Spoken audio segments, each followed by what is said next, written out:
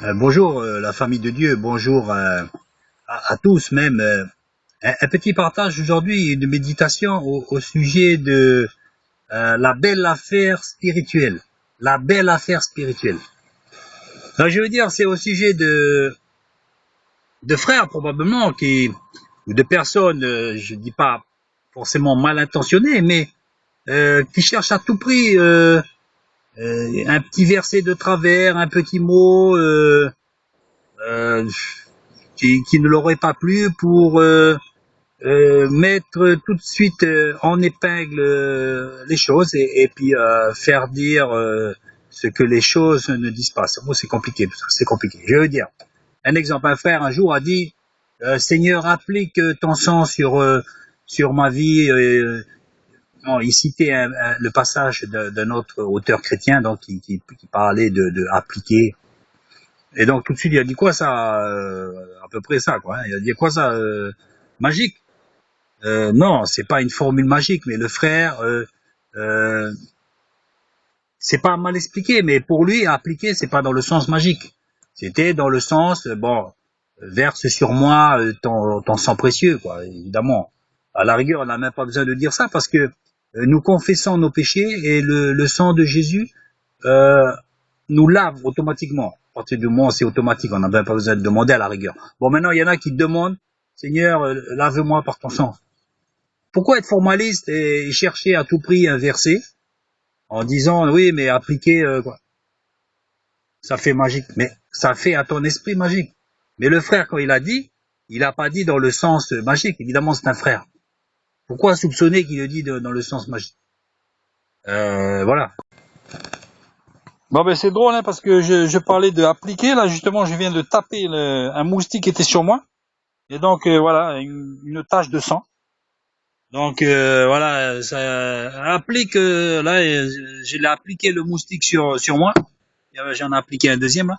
J'ai appliqué le moustique sur moi et puis donc il a appliqué du sang. Voilà. Donc les Hébreux, quand ils sont sortis d'Égypte, qu'est-ce qu'ils ont fait? Et le Seigneur a dit appliquez le sang, appliquez ou mettez sur les linteaux le sang de l'agneau, hein. Et comme ça, l'ange, quand il va arriver, il va voir que sur les linteaux, là, il n'y a pas de... Le sang est appliqué, et donc l'ange ne viendra pas dans cette maison. Hein. Donc voilà, là, sur les linteaux, là. Mais, donc, c'est une façon de s'exprimer. Mais pour en venir à ça, c'est-à-dire que automatiquement, on va chercher à, à chercher si le frère il est vraiment chrétien, si vraiment il parle vraiment bibliquement. Et justement, ces personnes, en faisant ça, dénotent eux-mêmes leur carence spirituelle. Je veux dire par là que quand on cherche des choses, ça veut dire qu'on la cherche par rapport à ce que la personne en face devrait comprendre. Mais pourquoi elle devrait comprendre? Puisque la Bible n'est pas la parole 100% de Dieu, et c'est une parole inspirée. Inspirée, ça veut dire, regardez bien les Bibles, il y a X versions. X versions. Une autre va dire verser, l'autre va dire répandre, l'autre version. Est-ce qu'on va s'amuser maintenant à opposer une version biblique par rapport à une autre? Pourtant, il y en a certains qui le font. Oui, mais dans la version... pourquoi ça veut dire quoi? Ça veut dire que il faut pas chercher la petite bête, il faut pas chercher à trouver le mot juste, le vrai nom de Dieu, le vrai verset qui veut dire exactement ça, parce que du latin, du grec, c'est puéril, ça sert à rien. La lettre, elle tue. La lettre, elle tue. Donc, ces frères-là, en faisant ça, veulent certainement, pour certains, faire montrer que eux, ils ont raison. Automatiquement, s'ils accusent, ça veut dire que eux, ils ont raison. Alors eux, par contre, quand ils vont répondre, c'est des tartines, quoi. J'en ai repris plusieurs. J'ai dit, écoute, à chaque fois que je vais te parler, tu vas pas me donner un livre à lire ou à regarder une cassette de 2 heures sur YouTube. C'est interminable, quoi. Alors il faut, avant de répondre, il faut que je lise un livre ou une tartine de page ou alors non, ça sert à rien. L'esprit c'est plus simple. L'esprit, on voit bien que le frère, il s'est exprimé comme ça, mais évidemment qu'il comprend la Bible non pas dans le sens magique, Mais non, non, non, il a dit ça, appliqué dans... Et alors, et que je te fasse des tonnes de versets, des tonnes, ça ne sert à rien. Ça ne sert à rien. Soyons plus cool avec les frères. Essayons de voir que, essayons de comprendre. Et d'ailleurs, on n'a même pas essayé de comprendre. On sent très bien que le frère, il a voulu dire, dans le sens verse sur moi ton sang, mais on peut bien faire cette prière. Bien sûr. C'est comme le Notre Père. Est-ce qu'on va s'amuser à dire, mais toi, t'as pas fait le Notre Père aujourd'hui? Pourtant, Jésus a dit, voici comment vous devez prier. Est-ce que vous faites le Notre Père aujourd'hui? Non. Parce que c'est un modèle. Les versets, c'est pareil. C'est un modèle. Salut la bande. Bon, ce qu'on peut remarquer avec ces gens, c'est quoi? C'est que ils veulent exister, quoi. Ils veulent exister, ils veulent vivre. Mais ils s'y prennent mal. C'est tout à fait un sentiment légitime de vouloir exister, de vouloir apporter quelque chose, de montrer aux autres, de dire, tu vois, il faut faire comme ça, et, tu vois, voilà. Mais ils s'y prennent mal. Là, c'est pas comme ça. Ou alors ils enfoncent, ou ils détruisent, ou ils cassent. C'est comme les prophéties. C'est pour exhorter, c'est pour édifier, c'est pas pour détruire. Et en plus, ils tapent à côté de la plaque, quoi. Parce que c'est bien souvent, j'ai vu des conversations où ils se tapaient les uns contre les autres, des soi-disant chrétiens, alors qu'ils avaient tous raison. Ils avaient tous raison. C'était juste une façon d'interpréter les choses qui était valable d'un côté comme d'une autre. C'était valable. Tout se tenait. C'était, voilà, des façons de voir les choses, mais, et non, et ça allait même jusqu'à, des fois, ça frisait l'insulte, quoi, et puis la moquerie et tout ça, comme je l'ai dit dans certaines vidéos. C'est pas comme ça, c'est pas chrétien, ça. C'est même pas biblique, ça. C'est pas comme ça. La parole tue. Ça, il faut bien se le dire. La parole, elle tue. Vous savez, la plus grande, je dis la plus grande, peut-être l'une des plus grandes fiertés d'un chrétien, c'est de savoir dire, non, là, c'est vrai, t'as raison. Parce qu'au moins, tu reconnais et tu progresses. C'est là que tu peux progresser, c'est en reconnaissant, mais en disant, en s'arc-boutant et puis tête baissée en disant, non, non, c'est ça, c'est comme ça, c'est comme ça. Alors qu'on le montre, bien souvent on leur montre par A plus B, voilà, c'est pas ça, parce que voilà, c'est plus simple que ça, c'est la Bible dit ça, mais voilà, l'esprit veut dire ça, et c'est dans le tel sens-là, et l'amour veut que ceci, cela, et la bienséance et la logique veut que ça. Non, non, c'est ça, il est écrit, voilà. Et donc ça ne grandit pas la cause, ça ne grandit pas la chose, et ça fait pas avancer le schmilblick. Donc la lettre, elle tue.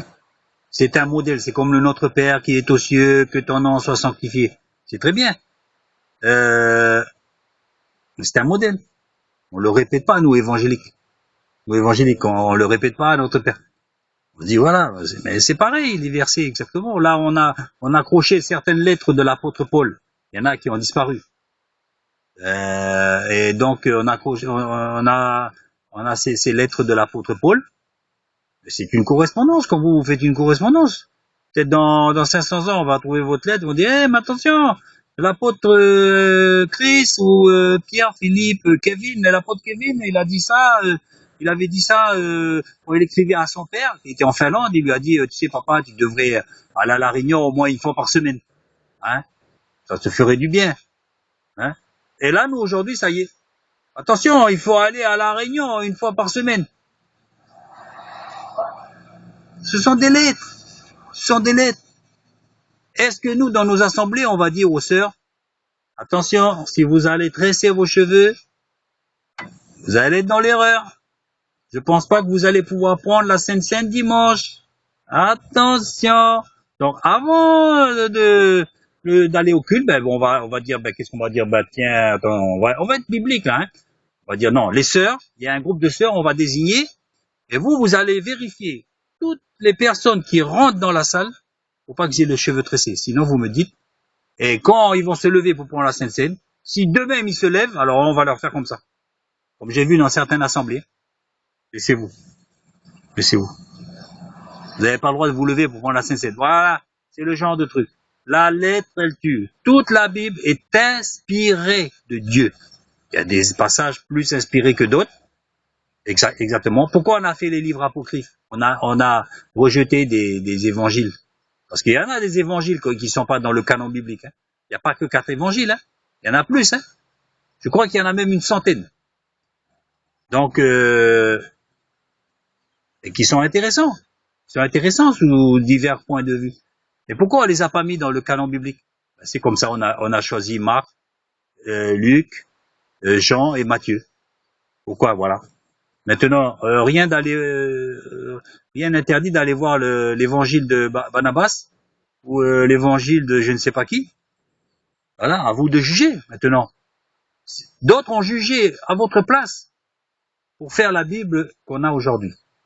Hein? Et les Tobie et les Maccabées, tout ça ne sont pas dans la Bible évangélique. Bon, à vous de juger si vous voulez lire ces livres-là. Maintenant, c'est inspiré de Dieu. Mais il faut pas s'arc-bouter. Il a écrit, il a dit ça. Parce que beaucoup de sectes aussi disent la même chose. Il a écrit ça, puis ils comprennent pas ce qu'ils disent, rien de ce qu'ils disent. Et ils balancent des versets comme ça à tort et en travers, sans le contexte, ou même avec le contexte, mais en lui donnant d'autres reliefs. Donc vous savez, comme je vous dis, hein, je l'ai dit bien souvent, avec même un verset, vous pouvez faire, je sais pas, 50 religions. Hein. Alors imaginez la Bible. Non, c'est pas la peine. Il faut donner le crédit à ce que le frère n'ait pas parlé de manière satanique. Eh bien, bien sûr, c'est un frère. Pourquoi voulez-vous qu'il parle du sang versé, appliqué dans le sens rituel satanique? C'est un frère qui va dans une église évangélique, dans une église de maison d'ailleurs, et qui parle du salut par la foi et du pardon des péchés, de la repentance, tout à fait biblique. Pourquoi voulez-vous que d'un seul coup, là, il sorte un verset il a dit appliquer, ben il dit appliquer, c'est tout. Faut pas chercher plus loin que la pensée du frère. Puisque nous, on n'est pas dans le frère, comment pourrons-nous le savoir? Donc, donnons crédit, et l'amour veut de ne pas voir le mal. L'amour, c'est le plus grand. Hein. Vous pouvez avoir tous les dons de prophétie, si vous n'avez pas l'amour, Et donc, si vous commencez à critiquer, c'est que même si vous êtes prophète, vous n'avez pas l'amour, donc il faut revoir la copie. Je vois certains chrétiens qui sont un peu suspicieux, qui sont un peu en retrait, et finalement, quand on dit un verset comme ça, ou d'autres, hein, il y a X cas, hein, et qui vont dire, là tout de suite, ils vous sortent des tartines, mais vraiment des tartines, hein, des versets sur versets. Bon, on voit que quelque part ils ont été certainement frustrés, et ils ont retenu des choses en eux. Et alors là, ça a été libératoire. À la rigueur, il pourrait dire merci à la personne qui a dit, par exemple, le sang appliqué. Il pourrait dire merci, purée, oh là là. Si t'avais pas dit ça, j'aurais même pas pu m'exprimer dedans. Parce que là, la purée, là, mais là, ça a sorti, là. À la rigueur, peut-être en conversation privée, il va lui dire merci, hein. Et si tu peux me balancer encore d'autres versets litigieux, ça me permettrait vraiment de m'exprimer encore plus. Et voilà le truc là. Donc la conversation aurait été écourtée. Elle aurait été courte et puis on aurait passé à autre chose. Mais là, non, il a fallu sortir des kyrielles de versets. Pourquoi? Pour montrer les versets. Pour montrer que voilà, on sait de quoi on parle. Pour montrer, bon, ne serait-ce pas là de l'orgueil caché? Quelque part, ne serait-ce pas, je juge pas, je dis même pas de nom ni rien, je pose la question. Ou alors c'est peut-être autre chose. Mais bon, d'ailleurs je l'ai dit, ne vous emballez pas, quoi. Ils montaient sur les grands chevaux tout de suite. Ça a démarré tout de suite. Au lieu de déjà de demander, donc ça dénote aussi un autre trait de caractère. C'est l'impatience, quelque part, l'impatience spirituelle. Dès qu'on dit quelque chose, on cherche pas tout de suite à dire, ah, peut-être il a voulu dire ça, ou, ouais, on comprend. Non, tout de suite, on voit le mal. Attention, c'est là. Attention, attends, je vais te citer 4-5 verbes. Je dis, une trentaine de versets, comme ça, tu vois. Et quand vous lisez ça, moi, j'ai lu la moitié, parce que, franchement, ils étaient à côté de la plaque. Et ça servait à rien, quoi. Il aurait pu rajouter 50 autres versets que ça aurait servi à rien. Ça aurait servi à rien. Il fallait simplement comprendre que le frère avait une façon de s'exprimer, de s'expliquer. Point barre. Point barre. Vraiment heureux de pouvoir fournir tant de versets.